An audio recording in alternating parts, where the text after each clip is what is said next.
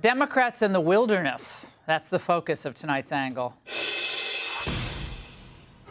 Now, we're beginning, and I say beginning, to see the outline of Democrats' 2028 battle plan. It's led by Gavin Newsom, and it involves an ideological alliance with the rioters. Yeah, people who torch cars, tag entire city blocks, assault law enforcement, and spit on the flag. They're not the problem here. But law and order, demanded by our law and order president, for these Democrats, that's the real problem. And that's what the party's new unofficial leader, Gavin Newsom, did last night. As unrest continued to rage across L.A., with 200 arrested, even with the curfew, Newsom found the time to deliver what was essentially a campaign speech. It was filled with lies, the usual hyperbole, and a dramatic setup of the triggering event. Federal agents jumped out of an unmarked van near a Home Depot parking lot. They began grabbing people, a deliberate targeting of a heavily Latino suburb. Trump is pulling a military dragnet all across Los Angeles, well beyond his stated intent to just go after violent and serious criminals. His agents are arresting dishwashers, gardeners, day laborers, and seamstresses. It's the typical litany. It's so dramatic. I'm surprised he didn't say they were all honor roll students. That's another one they love to pull out. But don't forget, despite the fact that Obama deported more than 5.2 million illegals, excuse me, Democrats don't support any deportations, none, zero. They want ICE abolished. Also, ICE officers at the Home Depot had a reasonable suspicion to conduct the raid they were conducting.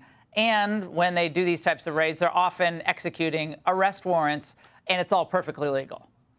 And by the way, if you're here illegally and haven't been given subsequent permission to remain here, you are subject to deportation, period. And you're probably one of the people who run when ICE shows up. Everyone else, just continue working at your construction site or your restaurant or wherever it is. You have nothing to worry about. But Gavin has a 2028 primary to win. And so last night, he needed to get up on his high horse and trash Trump. And he had to do it better and more potently than any other potential contender, with an indignant sneer on his face and delivery as well. The argument was so stupid that Trump somehow wanted violence to occur. Donald Trump, without consulting California law enforcement leaders, commandeered 2,000 of our state's National Guard members to deploy on our streets illegally and for no reason. He doubled down on his dangerous National Guard deployment by fanning the flames even harder. And the president, he did it on purpose. Okay, first, it wasn't illegal. And a federal judge yesterday rejected Newsom's request for that emergency injunction against Trump and the deployment of the Marines and so forth. Second, has this Newsom guy ever read the Constitution? It's called the Supremacy Clause. Look it up. Article 6, Clause 2. It says that the Constitution, federal laws, treaties are the supreme law of the land. In other words, federal immigration law trumps state concerns.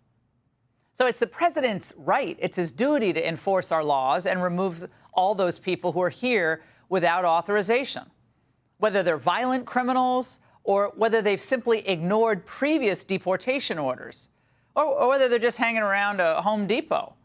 Whether they're single or married with children, it doesn't matter. You are unauthorized to be here. You must leave. And if you don't leave, they'll make you leave. That's what the people want.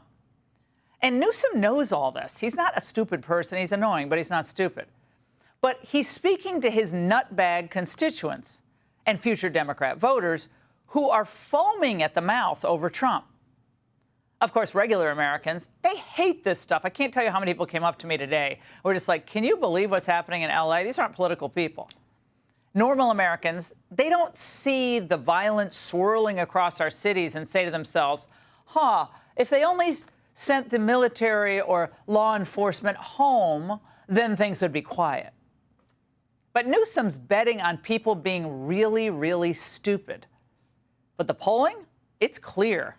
Americans want law and order. They support President Trump's handling of this, and they still support mass deportations.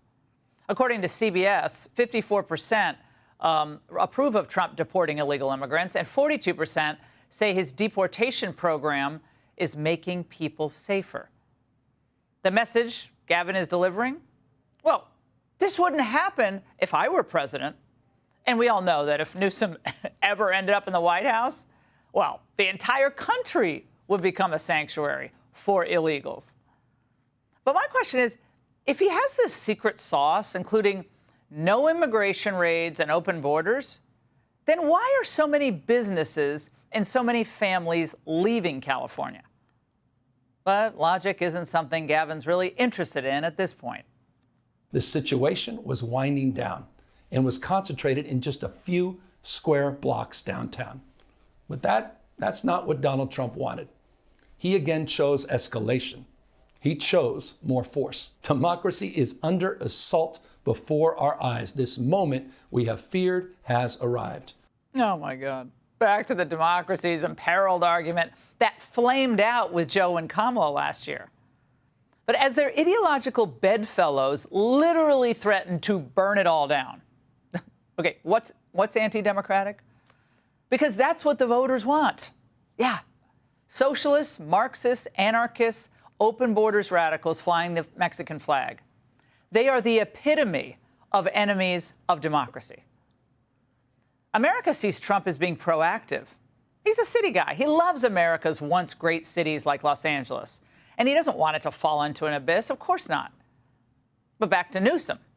He delivered his impetuous remarks as a preemptive marker for 2028. He knows he's walking on the edge here. He knows it. To win the 2028 primary, he can't risk offending nut jobs on the far left who literally believe ICE officers are Nazi stormtroopers. Can't offend them. After all, he may end up on the same stage as radical pinup girl AOC. Notice, by the way, we aren't hearing much, at least, from some of the other potential contenders like J.B. Pritzker or Gretchen Whitmer. Where are they? Well, they're petrified. They don't know what to do. Imagine these Democrat Party primaries in 2028. I'm thinking about that today. Crazies are going to demand pledges. Raise your hand if you agree with total amnesty for all 40 million, and it's 40 million at least, illegals here. Oh, sorry, undocumented Democrats here.